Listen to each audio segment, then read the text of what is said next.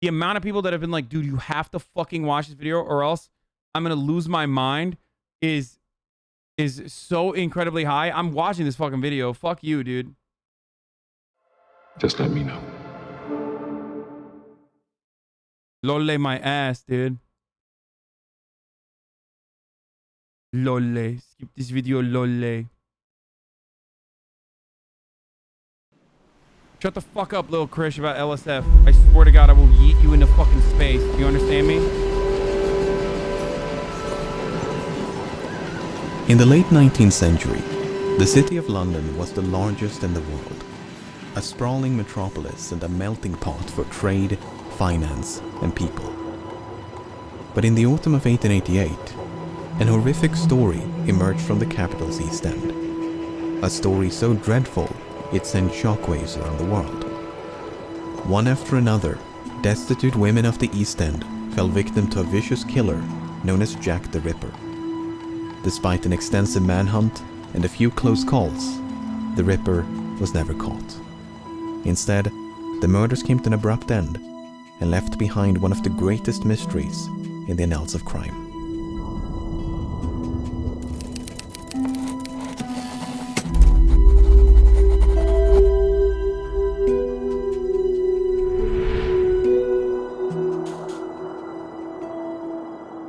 In the East End of London, there's a district known as Whitechapel. In the late 19th century, Whitechapel was known for its overcrowded slums, where many of the capital's poor and unemployed had taken refuge. Day and night, an army of policemen would constantly patrol this labyrinthine network of dim-lit streets, courts, and alleys. One such place was a narrow passage known as George Yard. Near the north entrance of this passage was a residential complex known as George Yard Buildings. It was the morning of August the 7th, 1888, when an upstairs tenant named John Reeves headed out for work. Upon reaching the first floor landing, Reeves encountered the body of a woman lying upon her back in a pool of blood.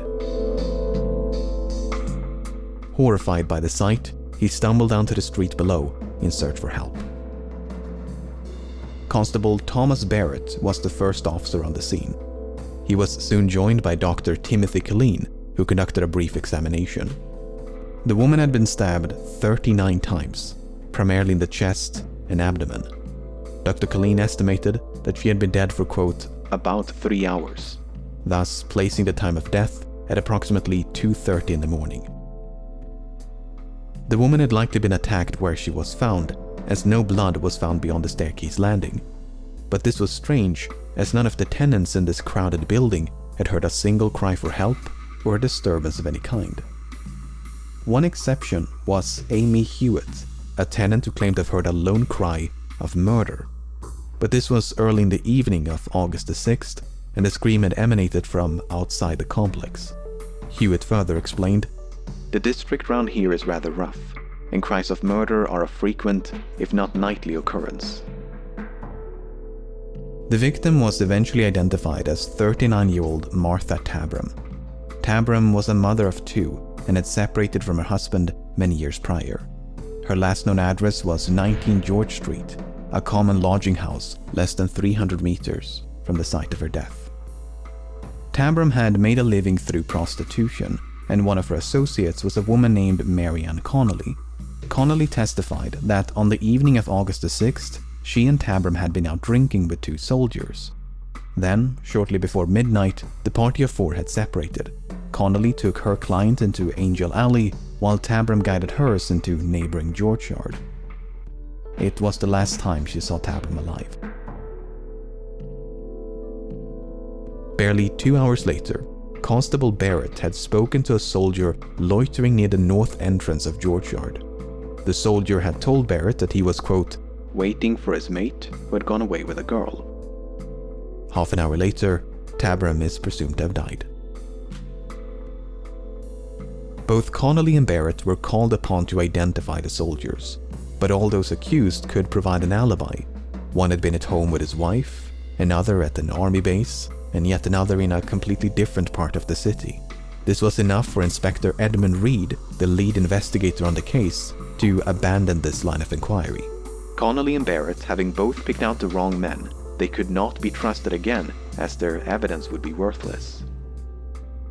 Even if a soldier had been responsible, no one could deduce a motive. The people of Whitechapel might have been accustomed to crime and violence, but the sheer brutality of this attack was as frightening as it was confounding. The crime is one of the most brutal that have occurred for some years. For a poor, defenseless woman to be outraged and stabbed in such a manner is almost beyond belief. These were the concluding remarks delivered at the final inquest held on August the 23rd. Only a week later, things would go from bad to worse.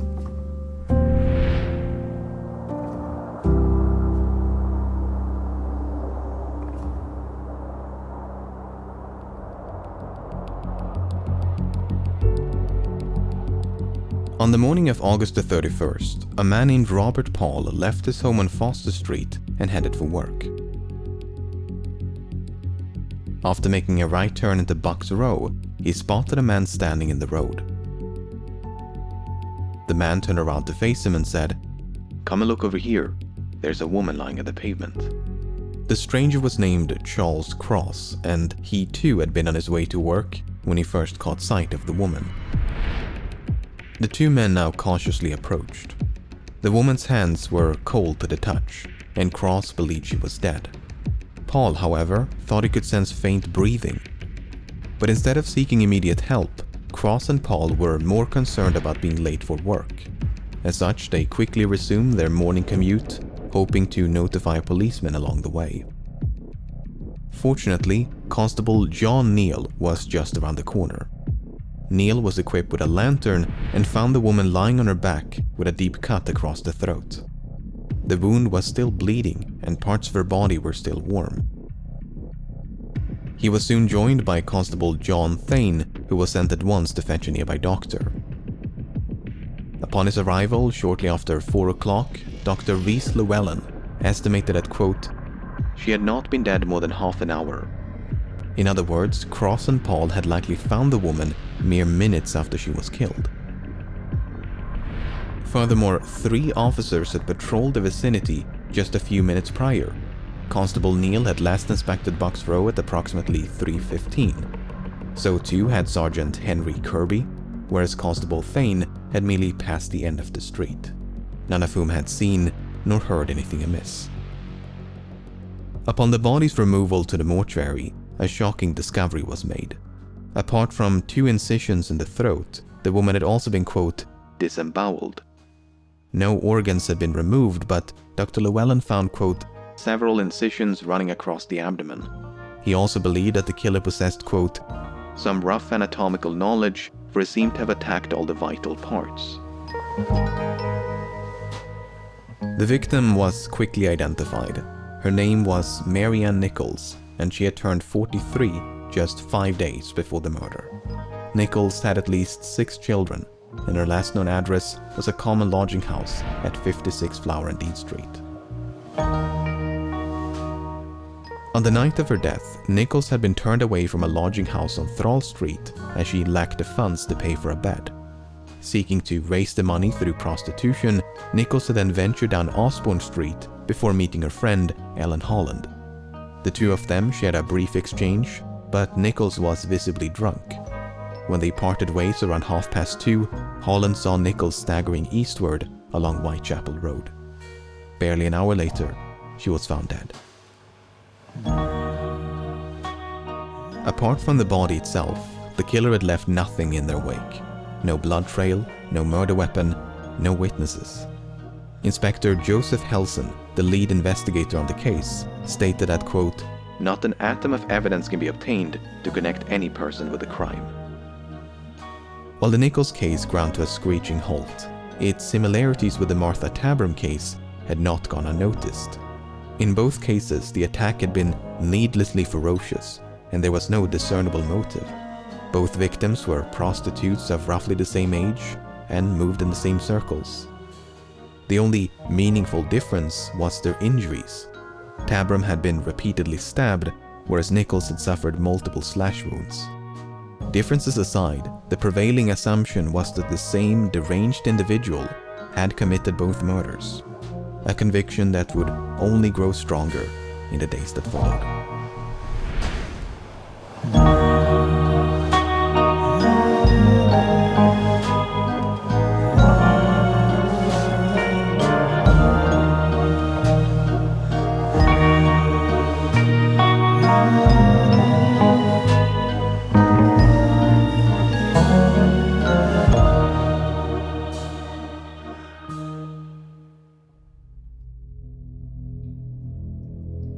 As the sun was rising on September the 8th, a man named John Richardson was on his way to work. At 4:45, he made a quick stop at 29 Hanbury Street. He went through the entrance and out the back door by way of a cramped hallway. I think it's absolutely ridiculous that, like, this isn't, you know, whenever the fuck, like, what is it, like 18th century, 19th century? But these murders are happening to sex workers and nobody gives a shit about it. Like, the police don't give a shit about it. The people don't give a shit about it. And in 2021, sex workers still get fucking murdered. And unironically, you know, the attitude is not all that different. Even in this day and age.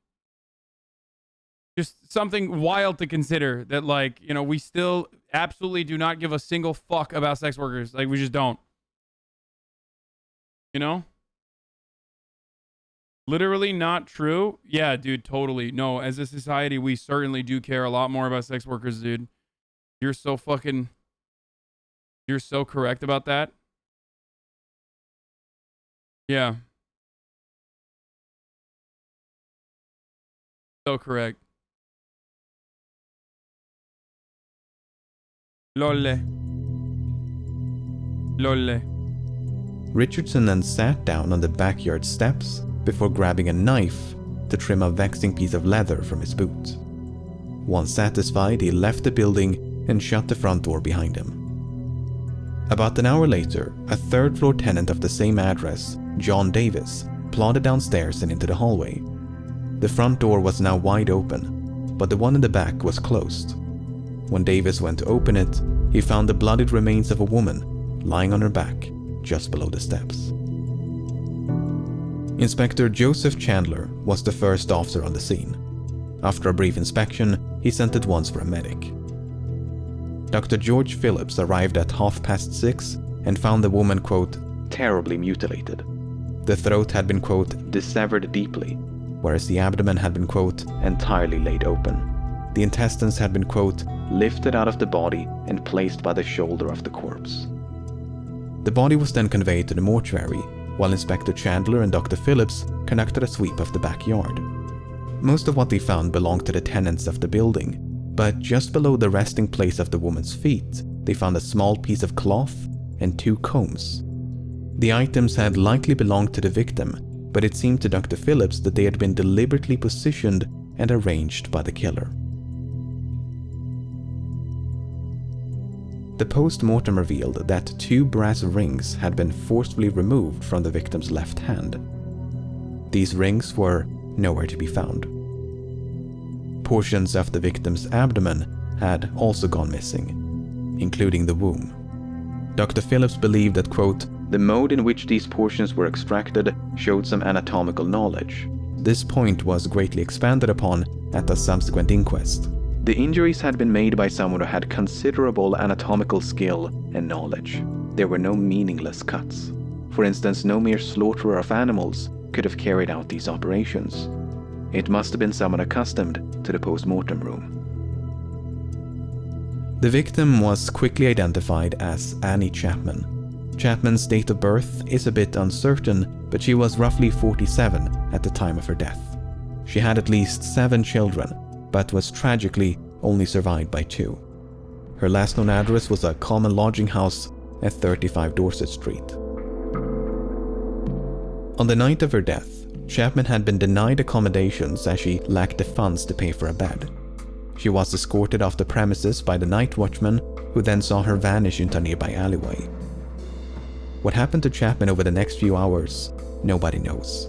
Her whereabouts during this time is a complete mystery. But unlike the two previous cases, a witness in the Chapman case might have caught a glimpse of the killer. At 5:30 on the morning of September the 8th, a woman named Elizabeth Long spotted a man and a woman conversing outside 29 Hanbury Street. Long was positive that the woman she'd seen was Annie Chapman, but the man had stood with his back towards Long, so she never saw his face. Long did, however, manage to overhear a fragment of their conversation. The man had posed the question, "Will you?" to which the woman responded, "Yes." Now, a lasting point of contention in the Chapman case is the time of death.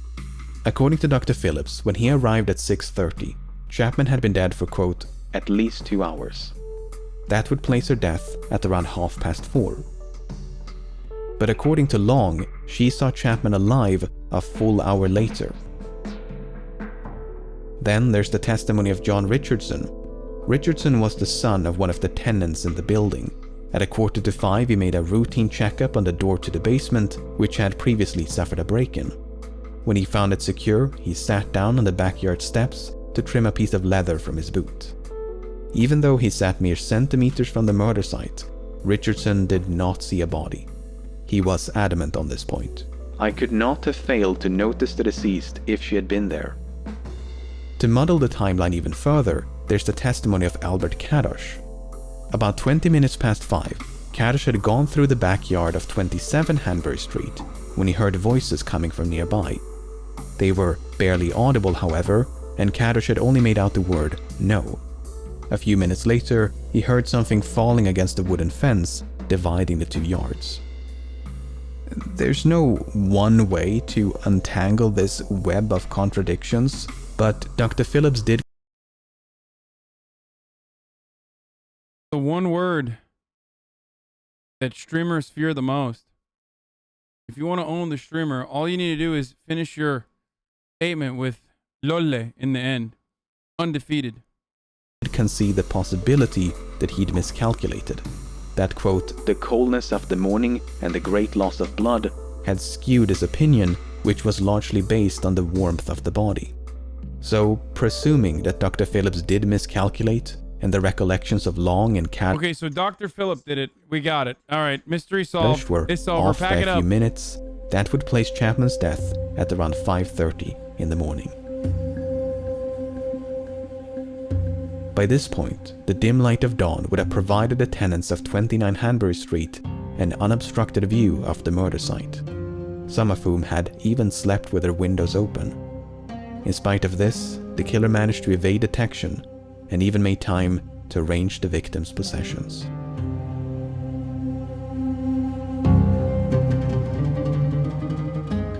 As the tally of victims gradually mounted, the public grew increasingly anxious. They were not only frightened by the murders, but frustrated with the police and their perceived incompetence. Even across the pond were the efforts of the police fiercely criticized. The London police and detective force is probably the stupidest in the world. What these mocking quotes and illustrations failed to capture were the overwhelming odds stacked in favor of the perpetrator. The police were up against someone who seemingly struck without motive, someone who left no murder weapon and few witnesses.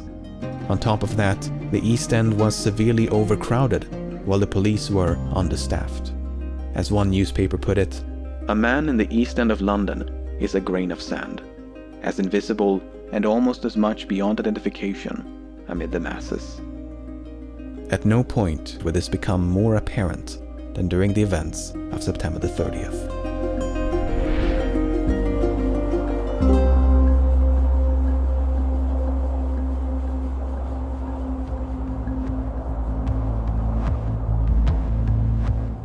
On September the 29th, a routine Saturday meeting was held at the Socialist Club on Berners Street. When the meeting came to a close around midnight, all but a few members returned home. Those who remained proceeded to drink and socialize. Half an hour in September the 30th, Joseph Lave stepped outside to get some fresh air. Lave used the side entrance leading into Dutville's yard and lingered for about 10 minutes. Moments after Lave had gone back inside, Morris Eagle accessed the building via the same entrance. He too was a member of the club and had just returned after escorting a woman home. Neither of them noticed anything unusual. 20 minutes later, the sound of a horse and carriage could be heard trotting down Berners Street.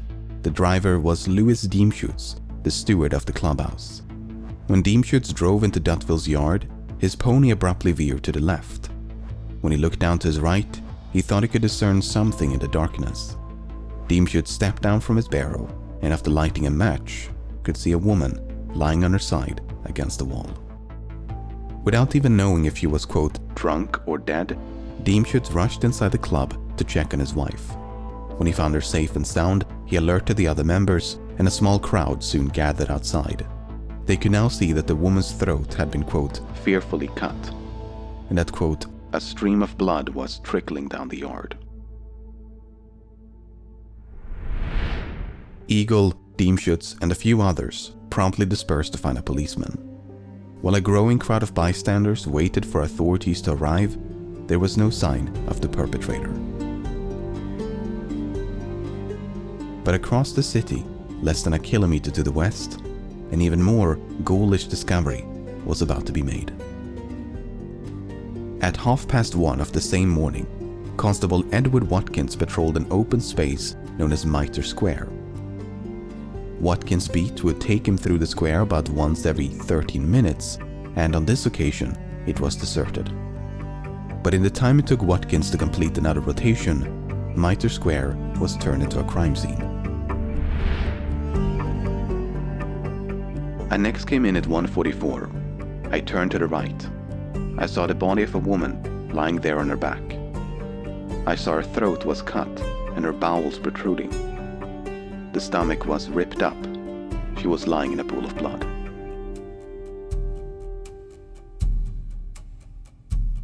Dr. George Siqueira and Dr. Frederick Brown soon converged upon the scene.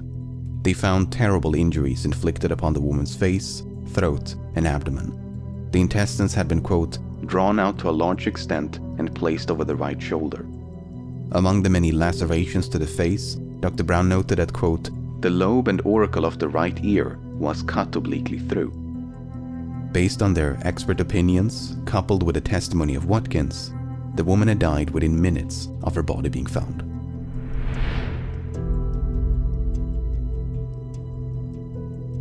Back in Berners Street, Dr. Frederick Blackwell and Dr. George Phillips had reached the same conclusion. The woman in Dutville's yard had died within minutes of her body being found. But unlike previous victims, she had only suffered injuries to the throat. There were no abdominal mutilations or anything else by which to connect the attack to the others. But the murder in Dutville's yard and the one in Mitre Square were separated by less than 1 kilometer and some 45 minutes. This allowed for a chilling possibility. It was suspected then, as it continues to be today, that when Diemschutz came clattering through the gateway, he unwittingly interrupted the murder. The killer may even have become trapped inside Dutville's yard because the gate on Berners Street was the only point of entry. Perhaps they saw an opportunity to escape when Diemschutz then rushed inside the club. From there, it would have taken them less than 15 minutes to reach Mitre Square. Plenty of time to hunt for another victim. But it must be emphasized that this is pure speculation. There is no evidence to suggest the two murders were even connected. The woman in Dutville's yard was identified as 44-year-old Elizabeth Stride. Stride was a Swedish immigrant who'd lived in London for over 2 decades. Following the death of her husband, she had made a living through prostitution. Her last known address was a common lodging house at 32 Flower and Dean Street. On the night of her death, Stride had been seen by quite an abundance of witnesses. First, she was seen in the company of a, quote, respectably dressed man around 11 o'clock. About 1:45 midnight, Stride was seen talking to a man who was, quote, decently dressed and had the appearance of a clerk.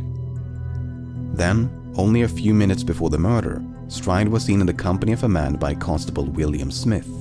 The man was carrying a small parcel wrapped in newspaper and was of, quote, respectable appearance.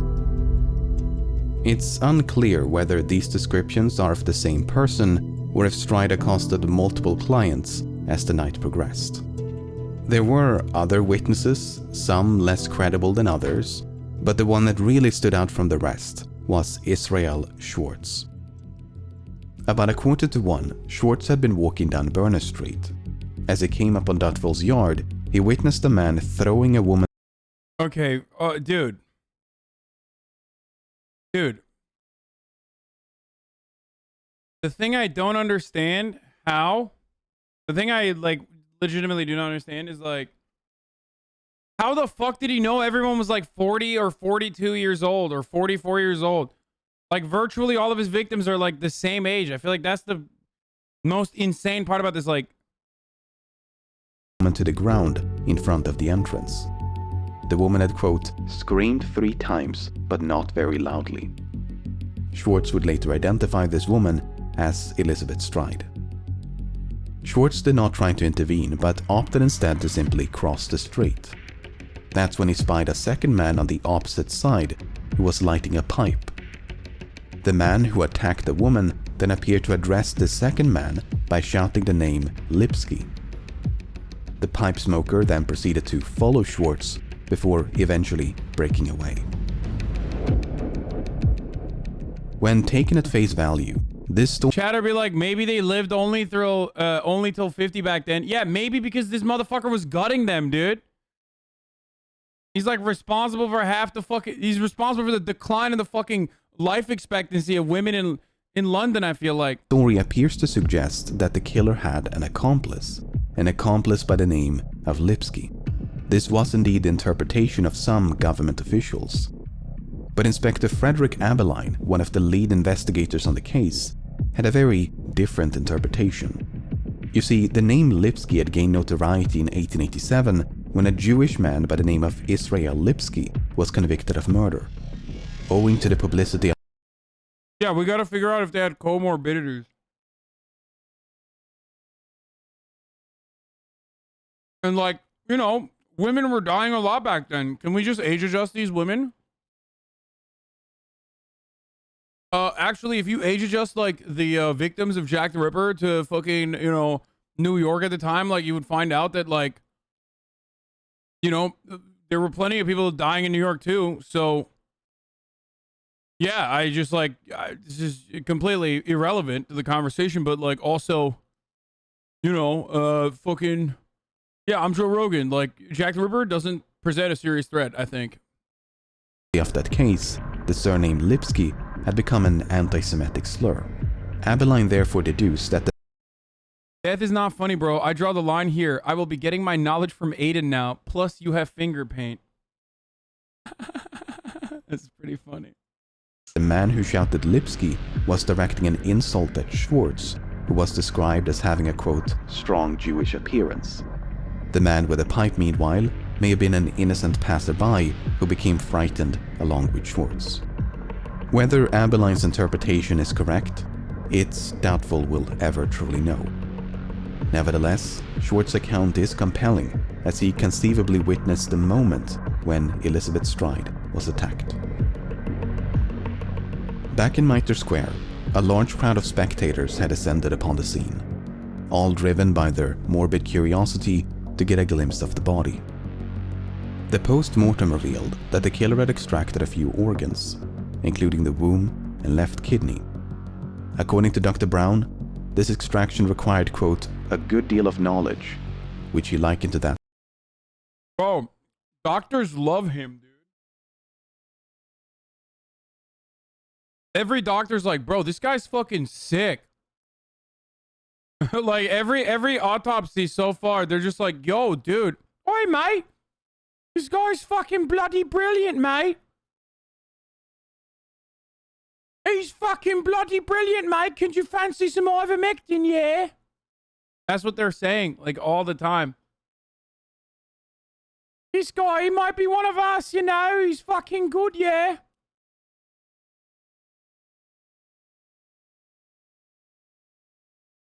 Crazy. That of a butcher. By contrast, Dr. Cicada did not find any signs of, quote, great anatomical skill. Dude, I'm telling you, they're like, yo, this guy is so sick at butchering. The woman in Mitre Square was identified as 46-year-old Catherine Eddowes. Eddowes had at least 5 children, but after escaping her abusive husband, she had become estranged from her family. Her last known address was a common lodging house at 55 Flower and Dean Street. Oh, he said it wasn't good. I was just jealous. On the night of her death, Eddowes had been out drinking. She got so drunk that around 8:30, she was found lying on the sidewalk in Aldgate High Street, surrounded by a crowd. The commotion attracted a few officers, who then escorted Eddowes to a nearby police station. There, she remained locked in a cell until 1 o'clock in the morning.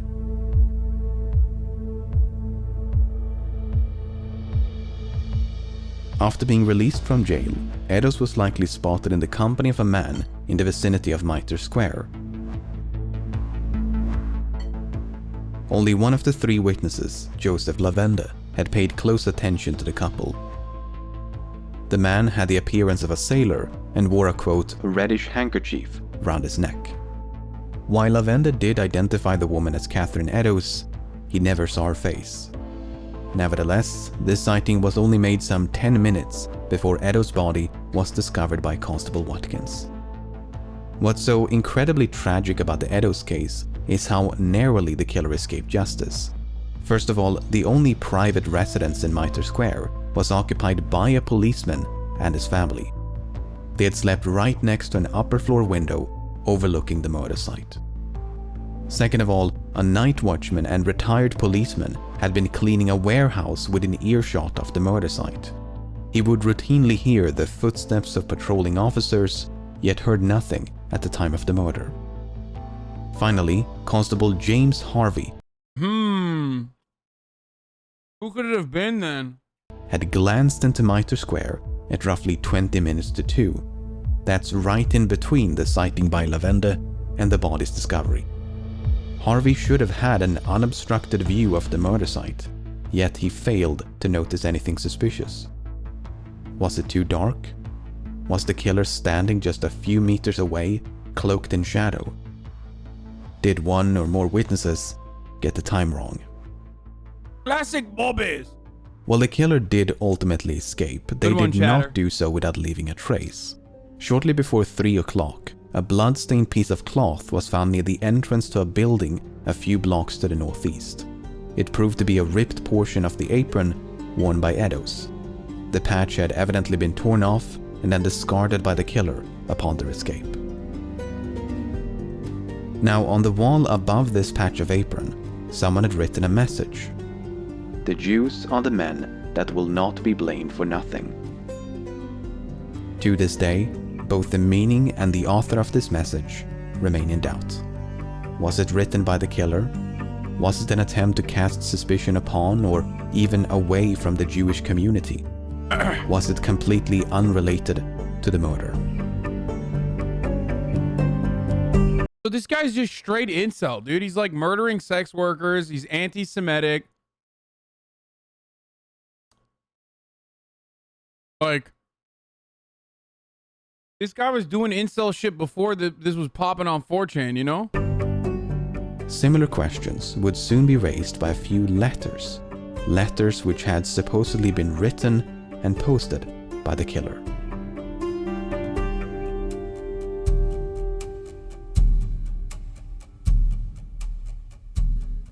Three days before the murder of Elizabeth Stride and Catherine Eddowes, the Central News Agency of London received a letter in the post, the author of which claimed responsibility for the recent murders and to be planning for the, quote, next job. Then, in the aftermath of the 2 killings, the same agency received a blood-smeared postcard. It contained details about the atrocities, which the author described as a, quote, double event. On the off chance that the letters were genuine, the police decided to make them public. The hope was that That was a terrible idea. Now you're gonna have fucking copycats. And numerous other people that would, like, fuck up the investigation. Can you check your donos in a bit? I always do, and then there's nothing relevant in there. Hey, Hassan, actual 100 Thieves marketing team here. You down to play in our Minecraft event this Saturday? If so, please respond to Austin's DMs hustle. What?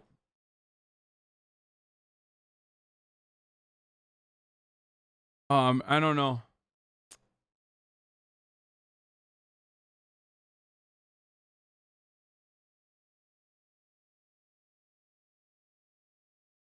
Someone would He's a poster. The fucking Jack the Ripper. He's also a poster. He's got it all, dude. The one thing he doesn't have is ad avoidance at the top of the hour. Because at 6, there's a 6-second ad break coming for you. You know what I mean? Because it's top of the hour every hour. Now, of course, you never saw it coming. Just like, you know, Jack the Ripper hiding in the shadows. But there's a thing you can do to avoid those ads, right? And that is, of course, you know, calling a bobby, or the most competent way is with the subscription. You can subscribe for $4, or you can subscribe for free with a Twitch Prime if you have a Twitch Prime, or you can use an ad block or a VPN. But Twitch Prime is free as long as you have an Amazon Prime account that you've stolen from someone. So here's the outbreak now. recognize the handwriting. Unfortunately, no one ever did. Instead, it merely served to advertise the name with which the letters had been signed. Opinions on the letters' authenticity were divided back then and continue to be today. Most notably, the Dear Boss letter had promised to, quote, clip the lady's ears off and send them to the police. The police never received such a package, and neither of the two victims had had their ears removed. But you may recall that the right earlobe of Edo's had been, quote, cut obliquely through. Was this a botched attempt by the killer to keep their promise? Or was it merely one of numerous lacerations with no connection to the letter? The content... Oh man, they're gonna be so embarrassed.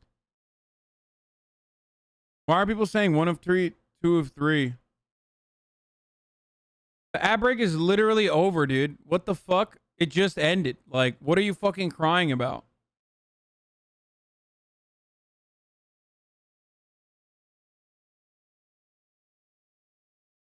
Contents of the letters notwithstanding, modern linguistic analysis does suggest that they were penned by the same hand.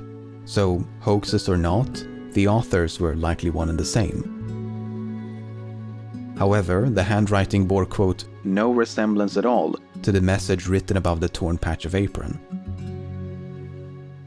Now, the publication of the letters inspired an onslaught of copycats. Agencies all over London were soon inundated with correspondence imitating the other two. Fucking called it. But at least one of them might have been genuine, not because of the contents of the letter, but rather the contents of a box with which it was delivered. On October the 16th, a man named George Lusk received a small package in the post. Lusk was the chairman of the Whitechapel Vigilance Committee, a small group of local tradesmen who sought to identify the killer. The package consisted of a letter and a cardboard box containing half a kidney. The doctors who examined the kidney all agreed that it was human, but whether it was the same left kidney removed from the body of Edos could not be determined. It could, for instance, have been an elaborate hoax by a medical student or someone with access to human organs. The author of the accompanying letter, meanwhile, insisted that the kidney did belong to the victim and that they had fried and eaten the other half. A popular theory at the time, and one that still is today, was that some of the letters had been fabricated by the press. According to Chief Inspector John Littlechild, the letters were, quote, a smart piece of journalistic work. Assistant Commissioner Robert Anderson dismissed the letters as, quote, the creation of an enterprising London journalist. Meanwhile, Chief Constable Melville McNaughton thought he could discern the, quote, stained forefinger of the journalist. There are a few candidates for who this journalist might have been. Let me tell you something. If you're a fucking cop at that time and place, you don't get to shit on the fucking media. Okay? You gotta do your job a little bit better before you can start fucking, you know, pointing fingers at the media, okay? I mean, British media has always been dog shit, right? It's always been dog shit, but goddamn, dude, the British boobies are somehow worse, outclassed and outmatched by the media. But there is no solid evidence against any one of them. Whether it was a hoax by an enterprising journalist or the genuine prose of the Ripper, the letters did nonetheless receive widespread attention. They commanded space in virtually every newspaper and dominated much of the public discourse throughout October, a month which passed without a single atrocity bearing the signature marks of Jack the Ripper. Perhaps it was finally over. It is pretty certain that the master has become frightened and has suspended his horrible work for the present, if not for good.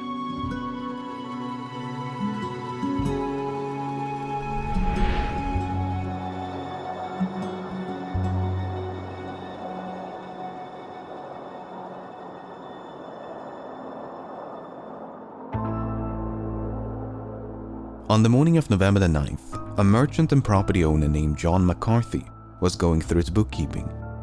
McCarthy was the landlord of British media's dog shit, but American media good? Okay. Yeah, you know me, I'm a famous defender of American media. Ain't that right, boys? Mustang Maniac, he arrived at that conclusion. Miller's Court, and the tenants of room 13 had fallen behind on their rent. McCarthy sent at once for his assistant, Thomas Boyer, to collect the money at 11:15.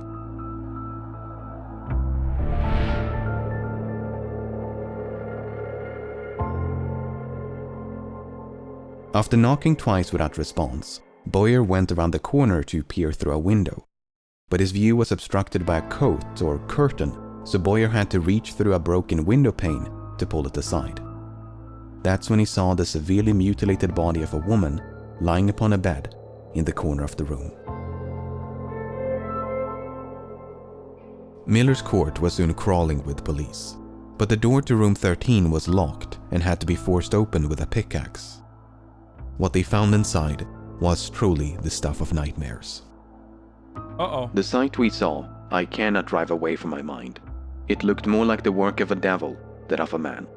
The whole scene is more than I can describe. I hope I may never see such a sight again. Dr. George Phillips described the body as, quote, cut all to pieces. Dr. Thomas Bond described the woman's face as, quote, hacked beyond recognition. The abdomen had been, quote, emptied of its viscera, while the throat had been, quote, severed all round, down to the bone. The body had been monstrously disfigured, with loose organs dispersed all around it. The room itself was sparsely furnished and offered little in the way of clues. 2 tables, 1 or 2 chairs, and a small cabinet. Amongst the ashes of a fireplace, the police found patches of burned clothing. Had the killer tried to dispose of evidence, or had it merely been used for warmth and light? The victim was identified almost immediately. Her name was Mary Jane Kelly, and she was the tenant of 13 Miller's Court. But nearly everything about Kelly's life is shrouded in mystery. She was presumably of Welsh or Irish descent and in her mid-20s, making her the youngest victim by far. But given that no matching records of a Mary Jane Kelly have been found, it's probable that she was using a fake identity. In any case, Kelly had not been living alone. Up until a few days before the murder, she had cohabited with a man named Joseph Barnett. They had only separated on October the 30th because Barnett disapproved of Kelly's prostitution and the people with whom she associated.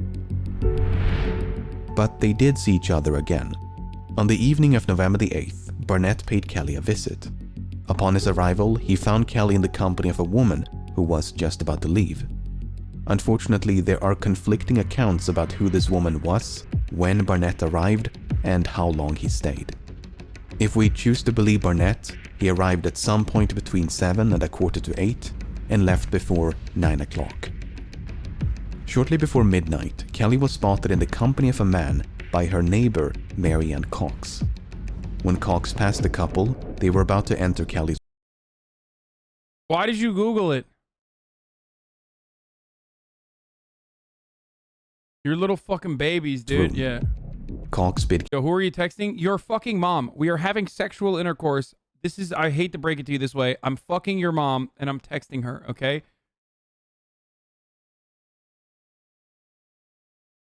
Kelly goodnight, but she was, quote, very much intoxicated and barely able to respond.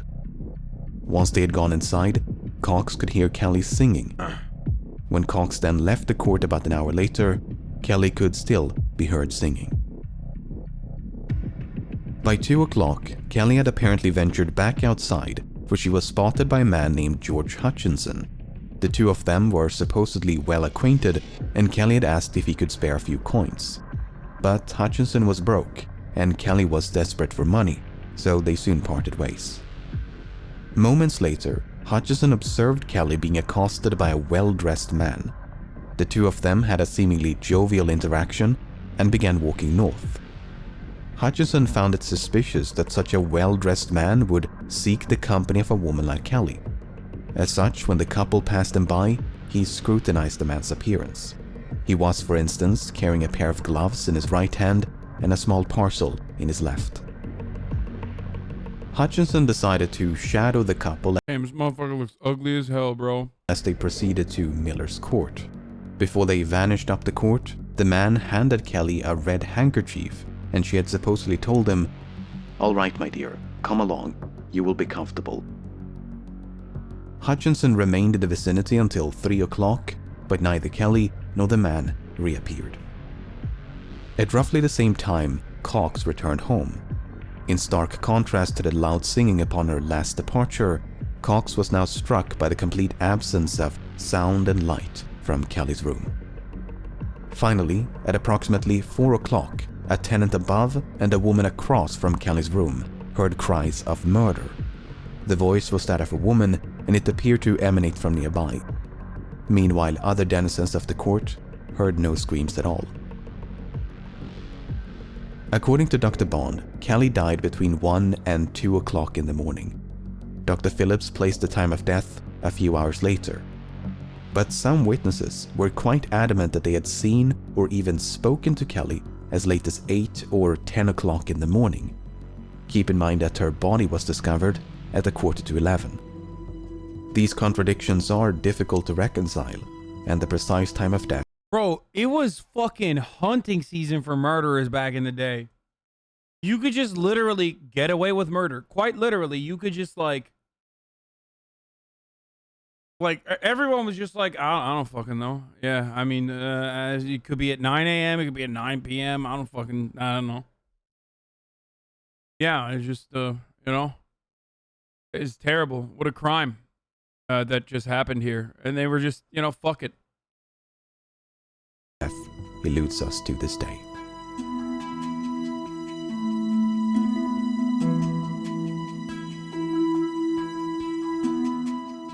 Mary Jane Kelly is typically regarded as the Ripper's final victim. Along with Mary Ann Nichols, Annie Chapman, Elizabeth Stride, and Catherine Eddowes, she is part of the canonical 5, the 5 victims most likely to have been slain by the same hand. Martha Tabram might have been a victim of Jack the Ripper, but opinions are divided. The same is true of at least a handful of other cases. All you had to do to not get away with murder was not be next to the body when the police arrived to get away with murder? Yes. Fuck! We can't find him, sir. Why? Well, he was not near the body when we found the body. All right then. Chip chip. Cheerio. Carry on. Even the canonical 5 are not without controversy, so the total number of victims is a matter of debate. Presuming that Kelly was indeed the final victim, one has to wonder why. Why did the murders come to such a sudden end? Did a Ripper give in to fears of being caught? Were they imprisoned for a different crime? Perhaps they succumbed to an illness or committed suicide. Could they have migrated to another country? Perhaps they deliberately changed their modus operandi to confuse the police. The possibilities are virtually endless, which means there is no shortage of suspects.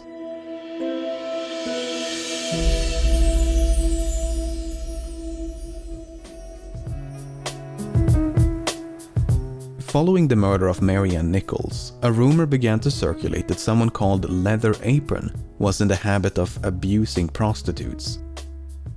The name quickly made its way into the press, and soon enough it became synonymous with the killer. In fact, Leather Apron was the predominant pseudonym before Jack the Ripper.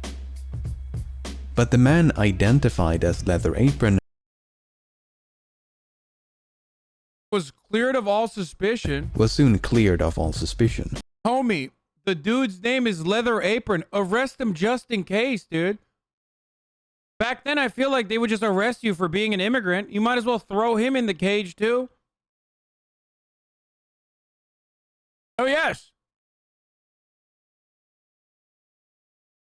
Yes, this suspect is, rapist blood murder. No, it's all right then. Yes, we thought so too. We thought Mr. Blood Murder would be the possible suspect, but we've decided that he's all right. He's quite the bocce ball player. This one, yes, Mr. Rapist Blood Murder. That's right. His real name was John Picer, and he was in a different part of London on the night when Nichols was attacked. This misguided manhunt is somewhat emblematic of the whole investigation. The police pursued even the most... Yeah, the investigation is like, all right, sir, what was the guy's name? What is it, like fucking Leather Daddy or whatever? Leather Apron? Did you do this murder? And he's like, no, bruv. No, I fucking didn't, yeah. And then they're like, all right, good. You pass. Tenuous of leads due to a lack of evidence and mounting pressure from the public.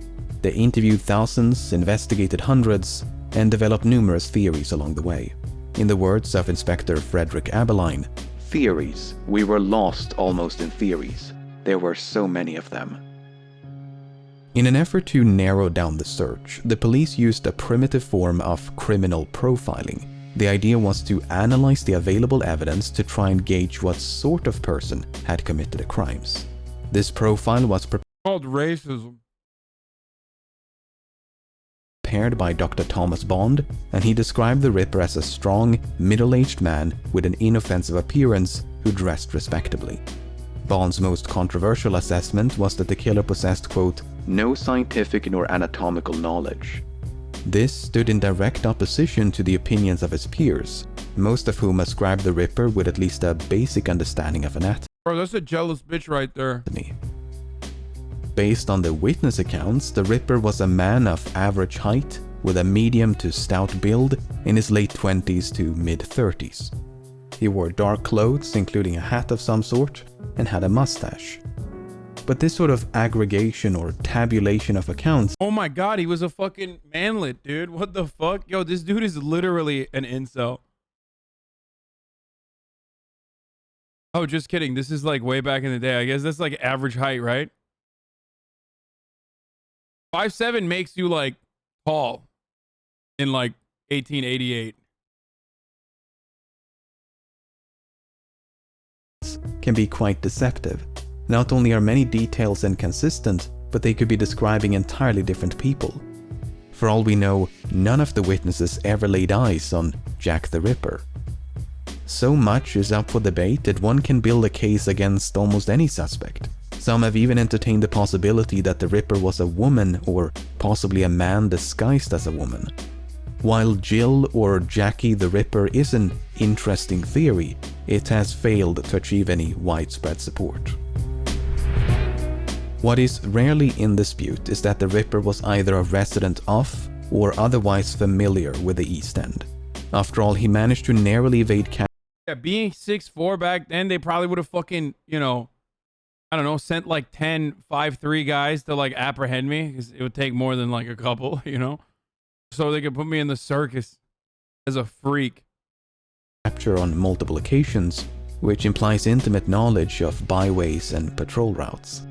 He likely had some form of employment, as the murders were committed around weekends and public holidays, and he may have had some degree of anatomical knowledge.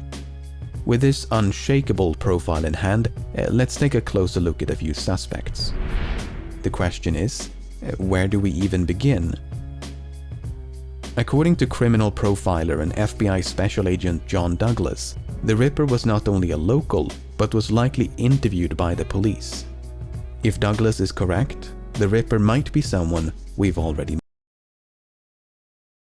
Son.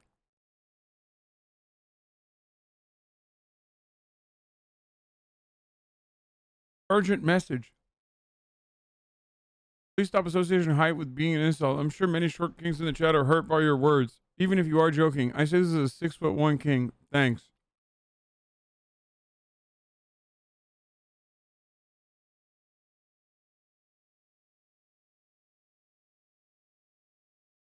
Okay. There's a difference between short kings and manlets.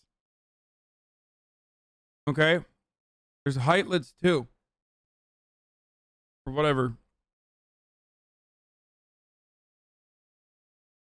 Jack the Ripper is a manlet, not a short king.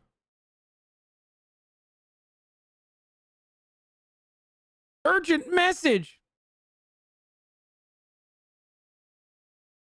The Council of Talls has decided that you are no longer 6'1". No one over 6 foot ever posts stuff like urgent message in a chat. You have now been relegated to 5'11" status. Dun dun dun. It's over. Pack it up. Met, either a witness or a person close to one of the victims. What about John Richardson, the witness in the Chapman case who... Chatter is right. I should have said lole in the end. You're now 5'11", lole. Sat down on the backyard steps to trim a piece of leather from his boot. Richardson was indeed suspected by the police, but they found, quote, not a shred of evidence against him. His mother also lived on the premises, so he had good reason to be there.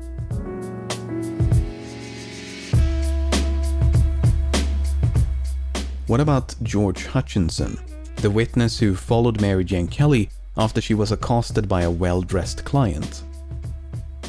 Hutchinson never clarified his motivation for shadowing the couple. He merely stated that he was surprised to see a man so well-dressed in the company of a woman like Kelly. Was he surprised because he was concerned? Was he jealous? Was it about money? After all, Hutchinson was broke and the client appeared to be wealthy. Perhaps he waited outside the court with the intention of mugging this well-dressed client. There are many question marks surrounding Hutchinson. He has never been positively identified, so next to nothing is known about his life. This makes it very difficult to build a strong case against him. Hutchinson was interrogated by the police, but ultimately... You know, you might ask, well, how? Because that's just how it was back then. He just didn't reveal information about himself. And he did this incredibly powerful move where he was actually from the neighborhood, 3 blocks down. So impossible. There's no intra-agency communication. They're like, oh, bruv, this man is practically invisible, yeah?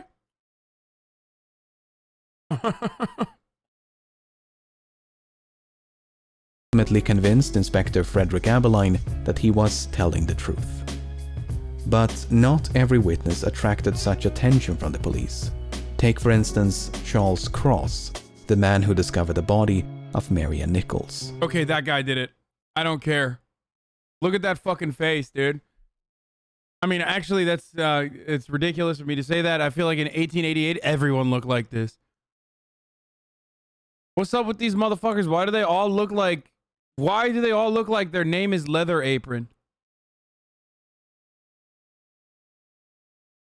I mean, homie just looks like his name is Leather Apron, okay?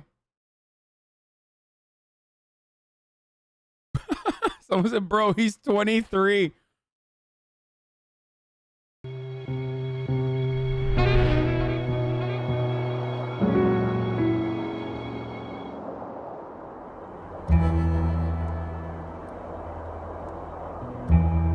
On the morning of August the 31st, Charles Cross left his home on Doveton Street and headed for work. When he turned into Bucks Row, he happened upon the body of Marianne Nichols. Moments later, he was joined by Robert Paul and events transpired as previously described. Despite Yo, how the fuck can't they connect like one of the suspects to every single area, dude? That's what I don't understand. Like, there's gotta be. Well, I guess they didn't really have any fucking. They talked about it as like they defunded the police back then, so that's why they didn't have resources. But it's like, how do you not have like one fucking witness that you can ask? Like, just ask the witnesses, like, have you ever seen this fucking bloke? Yeah, you know what I mean. And then one of them's gonna be like, oh, bruv, yeah, I did. And then boom, that's it. That's your fucking. You whittled away your suspects. You know what I mean? Like, I feel like it's not that complicated, unless it's like 6 different killers. But we thought it was the same guy, right? his proximity to the crime, Cross appears to have escaped suspicion from both the press and the police. He was evidently seen as the innocent passerby that he appeared to be. But in recent years, that perception has been challenged. The argument is that Cross was in the act of committing the murder when he was interrupted by the approaching footsteps of Paul.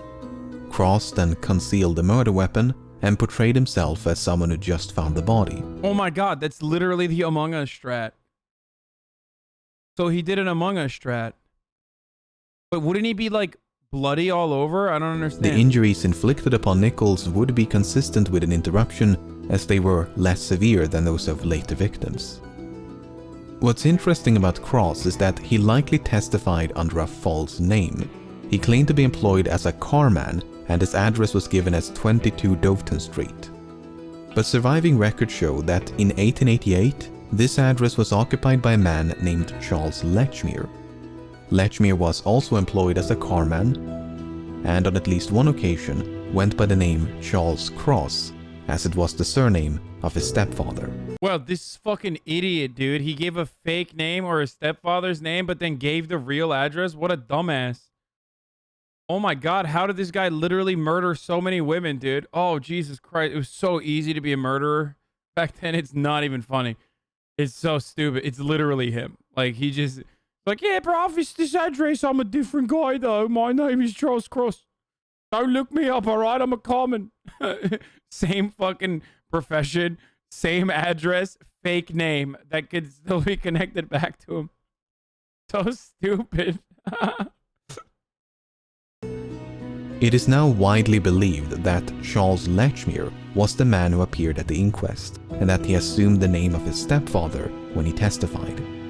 His motivation for doing so has been the source of much speculation. Was he trying to conceal his identity, or was it merely a force of habit? Hey, why don't you try being an honest police officer? It's harder than you think, and you should absolutely respect him. It says Chudlover999. After all, contemporary examples of people doing the exact same thing are not difficult to find. The most compelling evidence against Lechmere is that his morning commute between home and work roughly coincides with the time and place of the murders. Oh, come on! Except for the murders of Elizabeth Stride and Catherine Eddowes, who were killed on a Sunday, the only day when Lechmere would have been free from work. Not only that, but all the murders were committed around weekends and public holidays. Why would a man who supposedly timed the murders with his morning commute gravitate towards days of rest? In any case, Lechmere's mother lived a few... I don't know, maybe because he knew the routes? If he's literally a carman? If he's actually a carman?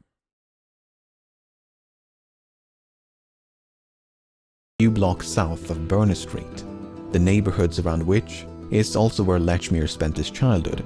As such, it's speculated that Stride and Eddowes were killed after Lechmere paid a late-night visit to his mother. While he claimed to be employed at a delivery firm known as Pickford's, there are no surviving records of his employment. To be fair, though, you can't, like... Can't they even take time off back then? I feel like they just, like, chopped your fucking hand off if you were no longer doing your carman job. This is like... I mean, they literally were just like, yeah, we're gonna fucking kill you, mate. You're not coming to work, you're fucking dead, yeah? If he did work for Pickford's, there is a fair chance that he delivered meat and would thus have been exposed to slaughter and blood on a daily basis. Lechmere remained in East London until his death in 1920 at the age of 71. While there is no evidence of Lechmere ever being suspected by the police, it is difficult to believe that he was completely overlooked. Many case files have not survived, so any doubts investigators might have had could have long since disappeared. Now, a witness who definitely attracted attention was Joseph Barnett.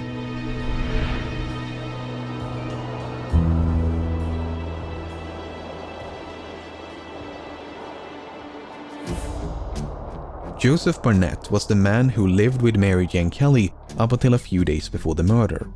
He and Kelly had supposedly met around April of 1887, and they eventually moved to 13 Miller's Court. Barnett was employed as a fish porter, but for reasons unknown, he lost his job between July and August of 1888. From that point onwards, the couple struggled to pay rent, and Kelly resorted back to prostitution. Now, those who believe that Barnett was the Ripper view his loss of employment as a turning point. The argument is that Barnett was so overcome with guilt and anguish for driving Kelly back to prostitution that he went on a murder spree, murdering one local prostitute after another in a desperate attempt to frighten Kelly off the streets. While most of this is pure speculation, it is— Wow, dude, foolproof, by the way. Like, have a conversation with your wife. Or it's 1888, for fuck's sake. Just be like, you're not allowed, you're a fucking woman, yeah, you're not allowed to do whoring. And then that's over. It's like conversation done. Instead, this motherfucker was murking the competition, bro. Without realizing. Dude, at that point, I'm gonna be fucking prostituting extra hard. I'm like, boy, bruv, all these fucking ladies are dying. I'm the only one alive with a fanny.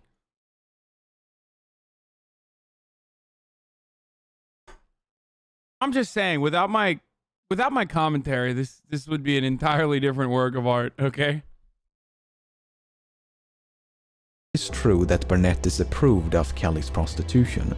You may recall that Barnett separated from Kelly on October the 30th because he disliked the prostitutes with whom she associated.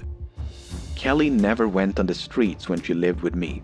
She would never have gone wrong again, and I should never have left if it had not been for the prostitutes stopping by the house. This might further explain why Kelly was the Ripper's final and most viciously mutilated victim, the implication being that Barnett felt rejected by Kelly and wanted revenge for the breakup. According to Barnett, he did pay Kelly a visit on the evening of November the 8th, but they had parted. Oh my god, okay, I don't know about all the other ones, but this guy for sure murdered his wife. Oh, Jesus Christ. This guy for sure. Okay, Joseph Barnett. Like, how the fuck did these guys get away with it? Oh my god, I'm losing my mind. I mean, they were just chopping. They were just like literally chopping women nonstop. Bro, what the fuck? Unquote, friendly terms. He then supposedly went home, played a card game until 12:30 before going to bed. Now, Kelly is presumed to have died in the early hours of November the 9th, so Barnett could have returned to Miller's Court sometime after midnight. While the police did subject him to 4 hours of interrogation, Barnett was ultimately released without charge. Then there's the matter of the locked door. When the police arrived at Miller's Court, they had to force the door open with a pickaxe. This raised an important question. How did the killer lock the door behind him? Huh. According to Barnett, the key to room 13 had been missing for some time. Because of this, he and Kelly would, quote, open the door by reaching through the broken window. The door was said to be equipped with a, quote, catch lock, and evidently locked itself upon being closed. If that's true, mystery solved. But even if the door was not self-locking, there's still an obvious solution. All the killer would have had to do is observe Kelly using the window trick and then employ that same technique to fasten the door upon leaving. But those who favor Barnett as the Ripper offer yet another solution. The key never went missing. Instead, Barnett is said to have stolen the key and then used it on the night of the murder. These solutions are all equally valid, and it's impossible to know which one is correct. There is a slight variation of this theory which states that Barnett did murder Kelly but was not the Ripper. Instead, he merely emulated the Ripper to deflect attention away from himself. Once He's parasocial chatter, dude. Please cut the hair, I'm gonna cry. again, this is pure speculation, but the murder of Kelly did somewhat differ from the rest in that it was committed indoors. Barnett remained in the East End until his death in 1926 at the age of 68. While it's only natural for suspicion to fall upon witnesses and acquaintances, Victorian detectives did pursue other lines of inquiry. One prominent theory was that the Ripper suffered from insanity, and a prime suspect in that category is Aaron Kosminski.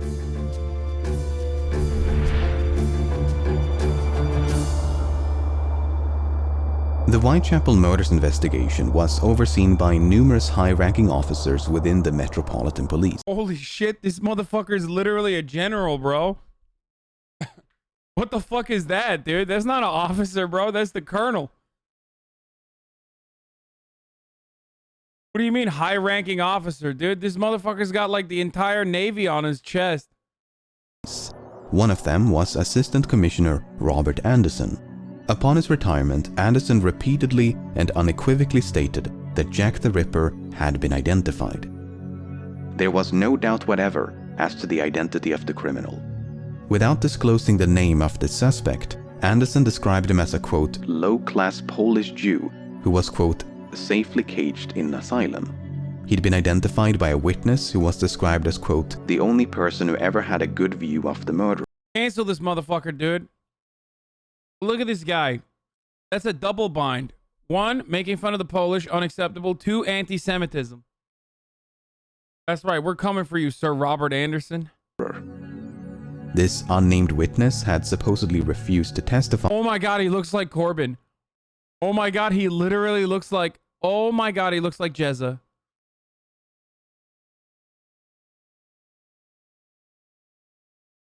Wow.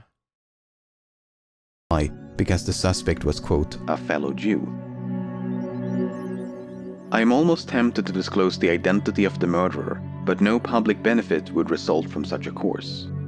While Anderson never revealed the name of the suspect, his colleagues were a bit more forthcoming. Chief Inspector Donald Swanson revealed that his surname was Kosminski. Yet another high-ranking officer, Melville McNaughton, described Kosminski as a homicidal and misogynistic resident of Whitechapel. Surviving records show that an Aaron Kosminski was admitted to a psychiatric hospital in 1891. Aaron was indeed from Poland, he was Jewish, and had lived in Whitechapel. He suffered from auditory hallucinations and a paranoid fear of being fed by others. He was trained as a barber, but had, quote, not attempted any kind of work for years. It's unclear when his mental health began to decline, but upon being institutionalized, Aaron was deemed to be harmless. He was, quote, quiet and well-behaved, and, quote, apathetic as a rule. Only on rare occasions would he get, quote, excited and violent. However, Or you know what they called you a misogynist back then? You must have been pretty bad. Yeah, like, how do you get considered a misogynist in like 1888? Like, what the fuck are you doing? You're just like slapping every woman you see or something?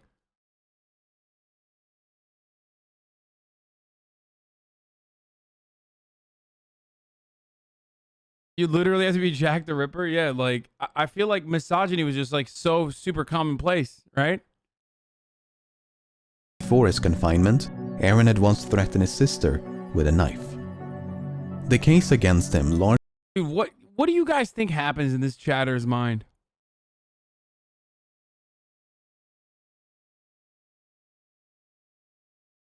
Like, what do you think is going on in this guy's mind? He like created a sock account. He's been following for 6 hours. Okay. And he's just like, we don't know the long-term side effects of the vaccine. Idiotic take. Long-term side effects of the vaccine are not known yet. And now he's like, hey, Himbo, have you heard about Milley's coup against Trump? U.S. top general secretly called China over fears Trump could spark war. Report. Milley, fearful of Trump's rhetoric, called China to promise the U.S. wouldn't strike, book says.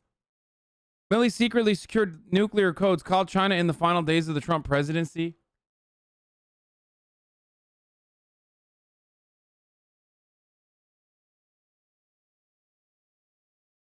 Okay, I don't even care. Let's see. I don't even know if it's real or not, but I don't care. Cool, dude. I love him. I love our fucking gay Marxist generals, okay? Yeah, he should give the nuclear codes to China instead, actually. Largely hinges upon the claims made by Anderson, Swanson, and McNaughton, especially the claim that an unnamed witness identified a suspect named Kosminski.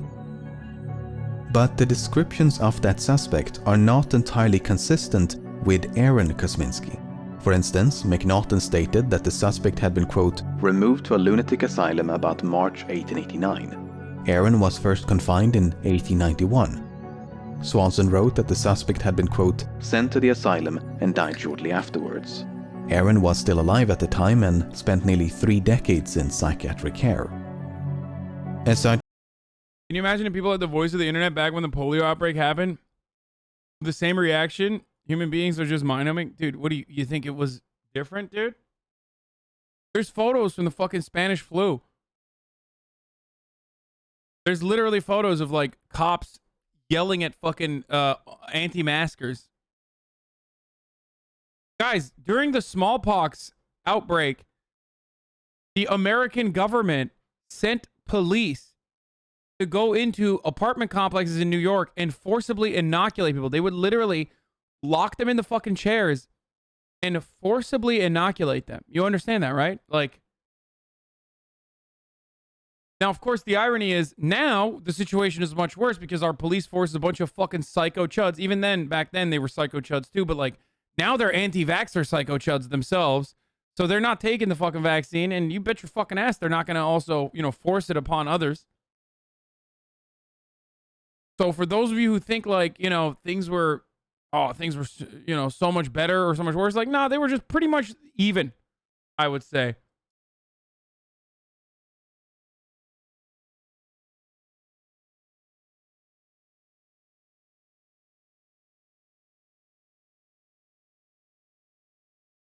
Also, just a good time to remind everybody that the #1 cop killer in this country for the past 2 years is now COVID.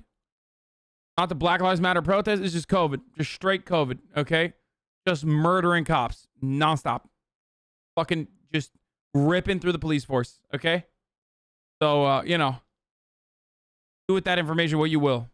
it is possible that the suspect Kosminski was someone other than Aaron Kosminski. It's also possible that these inconsistencies were mere lapses in memory. After all, these events were recounted years or even decades after the fact, and McNaughton even confessed to writing solely from memory. Regardless of the suspect's true identity, Anderson was the only one who seemed convinced of his guilt. McNaughton ultimately favored a different suspect and stated that, quote, many homicidal maniacs were suspected, but no shadow of proof could be thrown on any one. Inspector Edmund Reed was of the same opinion. Now we have Sir Robert Anderson saying that Jack the Ripper was a Jew. That I challenge him to prove. I challenge anyone to prove that there was a tittle of evidence against man, woman, or child. So when Anderson wrote that there was, quote, no doubt whatever as to the identity of the criminal, he merely expressed his personal opinion. There was in fact ample doubt and no consensus amongst the police. But in recent years, Aaron Kosminski has been resurrected as a prime suspect due to a controversial DNA analysis. Okay, so back in 1888, Acting Sergeant Amos Simpson is said to have stolen a blood-stained shawl from the crime scene of Catherine Eddowes. This shawl was then passed down from one generation to the next before being submitted for DNA testing in 2011. DNA samples were extracted from the shawl and then compared against maternal descendants of Eddowes and Kosminski. In both cases, it was a match. If the subsequent news coverage is to be believed, the mystery has now been, quote, definitively solved. Aaron Kosminski was Jack the Ripper. But as you can imagine, it's never quite that simple. First of all, the provenance or chain of custody of the shawl is severely lacking. There is no evidence of a shawl being found at the crime scene, nor is there any evidence of Simpson ever being at the crime scene. Furthermore, a destitute woman like Eddowes is unlikely to have owned such an expensive item. Wait, which one was the Kosminski guy? Oh, it's this guy, the fucking guy that wasn't even there. The barber guy who's like crazy, right? That's what they're saying. Yeah, they just do. Dude, they're crazy. They just were like, oh yeah, he's Jewish, he's Polish. There's a double bind, and then he's also at the insane asylum. Just blame it on that guy. That's all right. We've done it. We've done it. He's Jewish. He's Polish. He's at the insane asylum. Case closed. Second of all, the type of DNA used to identify Eddowes and Kosminski was mitochondrial DNA, the powerhouse of the cell. This type of DNA is passed down through the female line and is not unique to any one individual. Thousands can share the same mitochondrial DNA, which means it can't be used to pinpoint a specific person. In the words of a geneticist, based on mitochondrial DNA, one can only exclude a suspect. So to say that the mystery has been definitively solved is widely inaccurate. There's still plenty of room for doubt. So, to recap, a suspect named Kosminski was identified by an unknown witness. This was enough to convince at least one senior officer of his guilt. That suspect may have been Aaron Kosminski, a man who was largely non-violent but once threatened his sister with a knife. Aaron can Dude, great police work, dude. They were like, he's Polish, he's Jewish, he threatened his sister with a knife. Put him in an insane asylum. Leather guy? Nah, he's good. He's good. Leather guy. That right there is a good fellow. Leather man. Oh, he's very good. He's leather apron. Yes. Fine fellow. Neither be incriminated nor eliminated by the DNA evidence. He spent the rest of his life in psychiatric care and died in 1919 at the age of 53. Did you see the post with you on the PCM Reddit? No, I don't go on the PCM Reddit because I've had sex in the past. Sometimes with your mom. Okay? The fact that I even know what the PCM Reddit means, that like I'm literally regrowing my virginity right now. Okay? Jesus Christ. Kosminski was not the only suspect advanced by a PCM is political compass memes, chat. It's like a fucking weirdo subreddit infested by Nazis who are like, I'm actually a phalangist third worldist, and this Hassan guy is such a fucking idiot, dude. high-ranking officer. A completely different suspect who still falls into the same category is Francis Tumblety.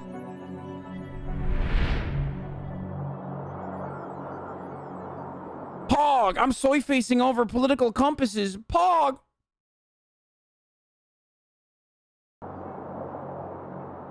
2 days before the murder of Mary Jane Kelly, an American physician named Francis Tumblety was arrested in London. As you can probably tell from this photograph, Tumblety was quite an eccentric character. Tumblety! I mean, yeah, what the fuck? Actually, is that even eccentric? Hold up. How the fuck are we deciding that that's eccentric? The other fucking guy was also like... Isn't this what they just looked like back then? I'm confused. Like, this is just how they looked. Okay, they got big mustaches. Like, what's the deal? This is like the most average German man.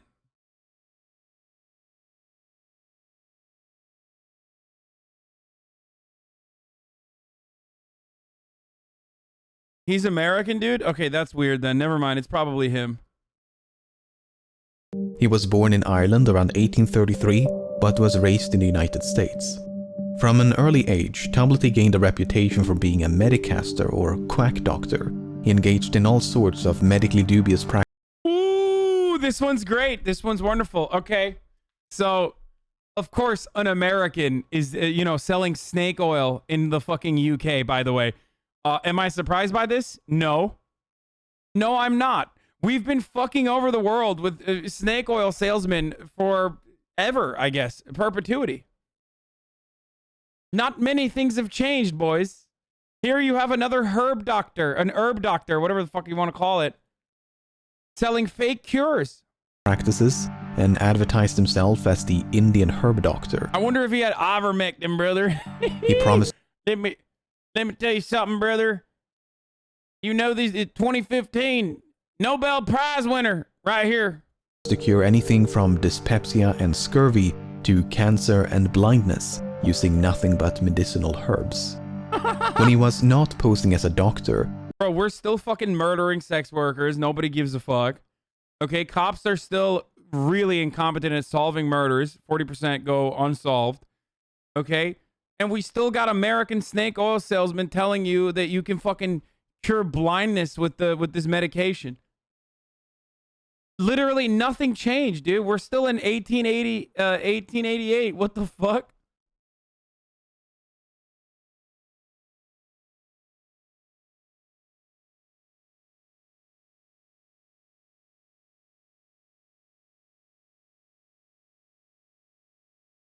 Tumblety was busy running from the law. He was either accused or convicted for crimes like theft and assault, attempt to induce a miscarriage, and manslaughter of a patient. He was even implicated in the assassination of US President Abraham Lincoln, but was ultimately cleared of suspicion. Now, in the early 1860s, Tumblety is alleged to have hosted a lavish dinner party in Washington. Only men were invited to this dinner, and Tumblety had Yeah, that's what I'm talking about. Boys' night. Let's go, dude. Classic incel fucking fake cures. Boys only dinner. supposedly expressed fierce hatred of women. Furthermore, he showcased a cabinet in his office in which he stored a vast collection of jars filled with anatomical specimens, some of which were said to contain the wombs of, quote, every class of woman. Oh my fucking god, dude, arrest this man, bro. What are you guys doing? Yo, that's like literally go to jail. Like what do you want? What more do you fucking want, dude? That's jail time, right? Bro, they would literally throw you in jail if you were Jewish, but they wouldn't throw you in jail if you're an American who's like, why, yes, of course I love to collect the womb of every class of woman. Jail. What do you want? In 1869, Tumblety ventured across the Atlantic and visited England for the first time. By his own admission, he roamed the Like, to be fair, I don't even care if he's not Jack the Ripper. I want him to go to jail, okay? streets of London until he became familiar with every part of it. He advertised himself as the great American doctor and had a few skirmishes with the police. After a few more voyages between the old world and the new, Tumblety found himself in London in the autumn of 1888. The purpose of his visit and whereabouts at the time of the murders are completely unknown. Tumblety never stayed in one place for long and made frequent use of false names. There is a story of a mysterious lodger leaving behind a blood-stained shirt near the murder site of Elizabeth Stride. This supposedly happened on the night of the murder, and some believe that this lodger was Francis Tumblety. But there is no firm evidence of that, and the entire incident is fraught with uncertainty. No. What we do Guess what? There's no uncertainty. You want to know why? Because that guy should go to jail regardless. Okay? No uncertainty here, boys. I see fucking jars full of wombs. I go jail. I'm a simple man, okay? Don't care. Don't know how you got it. Don't know how you collected all that shit. You're going to jail. You should.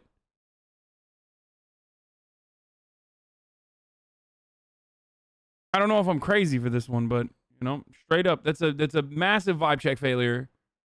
Massive vibe check failure. Not as big as a vibe check failure as missing the top of the hour ad break.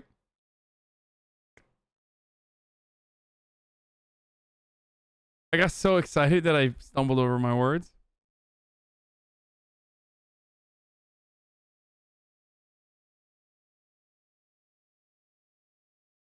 Because at the top of the hour, every hour, there's a 6-second ad break, obviously.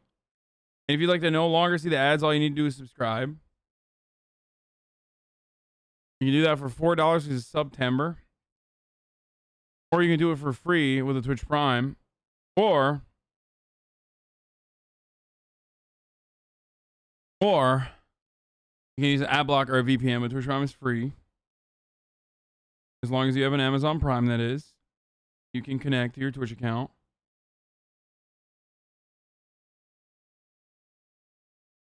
Here's the 1-minute ad break now. Oh, thank you, George, with no last name. You know is that Tumblety was arrested in London on November the 7th. According to the press, as well as Tumblety himself, he was arrested on suspicion of being Jack the Ripper. 2 days later, Mary Jane Kelly was found brutally murdered, and it's unclear whether Tumblety was still in custody or had already been released on bail. Nevertheless, he was ultimately charged with 4 counts of gross indecency, which had nothing to do with the murders. But Tumblety had no intention of standing trial. Instead, he made his way across the English Channel, boarded a steamship under a false name, and fled back to America. He was pursued by detectives and kept under surveillance, but his offenses were, quote, not extraditable. Bro, what are they gonna do? Like, I feel like if you just escape back to America, bro, motherfuckers escape back to America right now. We welcome the fucking fake news people with open arms. We let Dr. Andrew, well, ex-Dr. Andrew Wakefield come and have a fat mansion in fucking Austin. You know what I mean? Back then, there was no shot. It's like, absolutely dastardly. The American has escaped.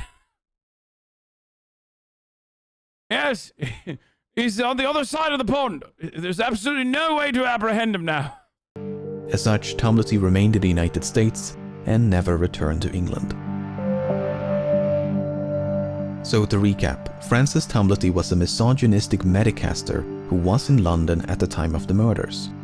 He even showcased a collection of wombs, and the Ripper did indeed extract the womb from 2 of his victims. I mean, he sounds like the perfect suspect. Perhaps a bit too perfect. There is no doubt that Tumblety was in London in 1888, but the claim that he was a misogynistic collector of human body parts is extremely dubious. It can be traced back to a single article from December of 1888 featuring an interview with a man named Charles Dunham. Dunham had a long history of spreading misinformation and has been described as a pathological liar, a forger, and a conman. He was even convicted of perjury. As such, there is every reason to believe that this story is a complete fabrication. Okay, dude. Furthermore, Tumblety was both older and taller than the men described by most witnesses. Tumblety was said to be, quote, an enormous man who liked to dress in flamboyant and militaristic outfits. It's difficult to imagine a tall, pompous American sneaking around the streets of Whitechapel virtually undetected. On the other hand, it's unclear which, if any, of the witness accounts can be trusted. Then there's the matter of the rings. You may recall that 2 brass rings were stolen from the body of Annie Chapman. It's suspected that the rings were taken by the Ripper to be kept as trophies. Maybe I pulled the trigger too soon, okay? Sometimes we just gotta fucking chill out about the things that we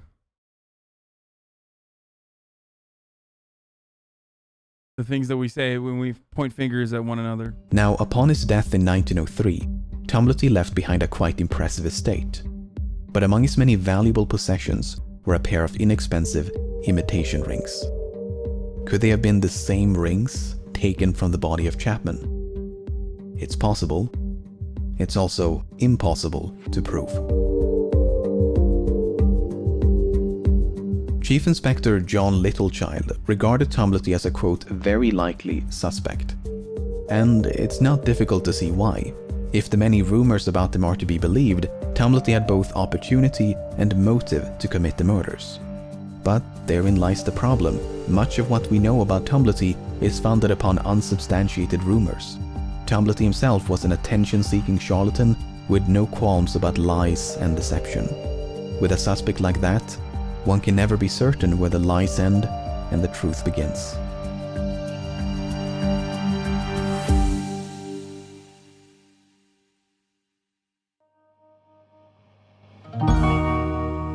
To theorize about the identity of Jack the Ripper is to navigate a minefield of hearsay, sophistry, and contradictions. Entire encyclopedias have been dedicated to the compilation of suspects, and with every passing year, they seem to grow ever more expansive. Even though there are hundreds of potential suspects, only a dozen or so are worth more than a brief consideration. Some of the more sensational contenders include famous authors and artists, as well as high-ranking officers and members of the royal family. But these grand conspiracies and elaborate deceptions What the seem hopelessly Okay. Can we? I'm These not grand moving past this, dude. Bro, this dude literally got the fuck my shit up fan barber cut, dude.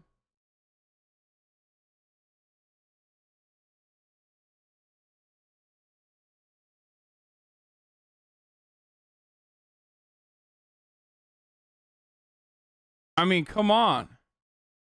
Conspiracies and elaborate deceptions seem hopelessly contrived against the sheer simplicity of a suspect like Charles Lechmere, an unassuming delivery man on his way to work. Personally, I remain unconvinced that Jack the Ripper has even been identified as a suspect. The few covered in this video are probable candidates, but it's still possible to make persuasive arguments against them. The same is true of all those left out by necessity. None of them can offer anything more than ambiguity and circumstance. With a suspect pool in the hundreds, that might seem improbable. But London was the largest city in the world, home to the largest port in the world. It was a city of millions, with a large population of poorly documented drifters. It's not difficult to imagine one lowly sailor, butcher, medic, soldier, barber, merchant, porter, clerk, blending into the slums of Whitechapel like a grain of sand.